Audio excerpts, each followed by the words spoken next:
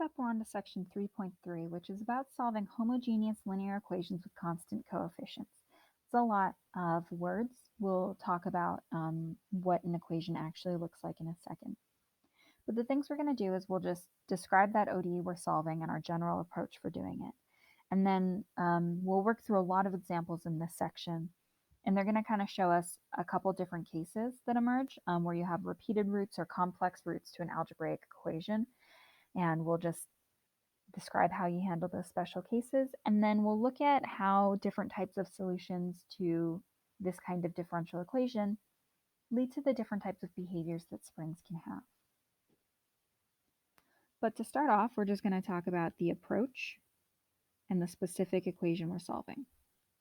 So what we want to do is solve a differential equation of the form a sub n times y to the nth derivative plus a sub n minus 1 y to the n minus 1th derivative, so on and so forth, down to a1 y prime plus a0 times y equal to 0.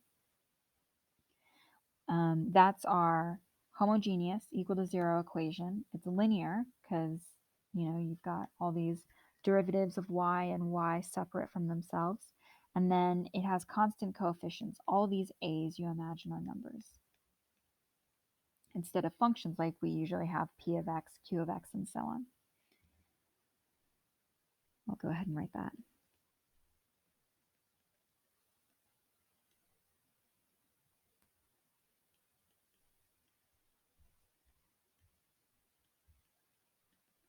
So we want to solve that type of differential equation, and there's just going to be a few quick steps. Sorry, my screen turned off. A few quick steps that we use in order to do that. What we're always going to do is we'll assume y equal to e to the mx is a solution. We're going to plug that in.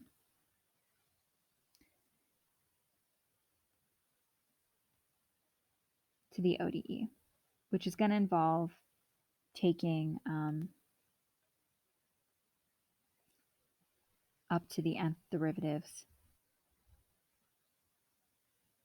of e to the mx. So like m e to the mx, m squared e to the mx, so on and so forth. Actually, I'll just go ahead and write that right here.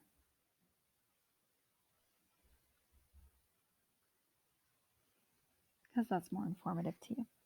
And then what we're going to do is, after you plug it all into the ODE, what you're going to do is cancel e to the mx out of the equation.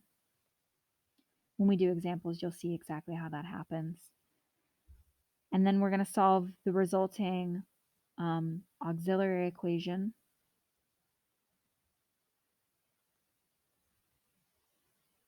Which is just an algebraic problem.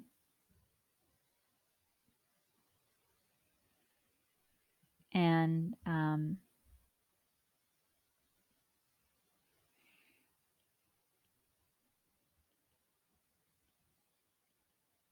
we're solving it for m, but that's going to give us like m1, m2, down through, ideally, mn.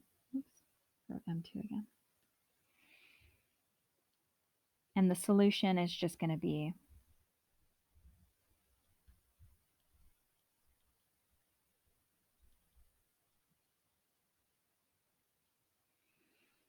y equal to c1 e to the m1x plus c2 e to the m2x down through cn e to the mnx. That's how all of these types of problems are going to work, with one kind of special caveat.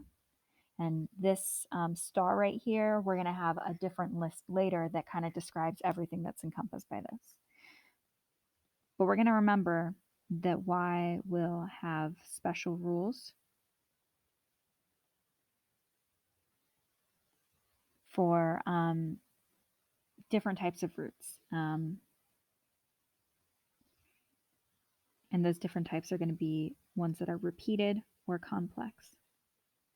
And that's going to make more sense as we actually look at those cases.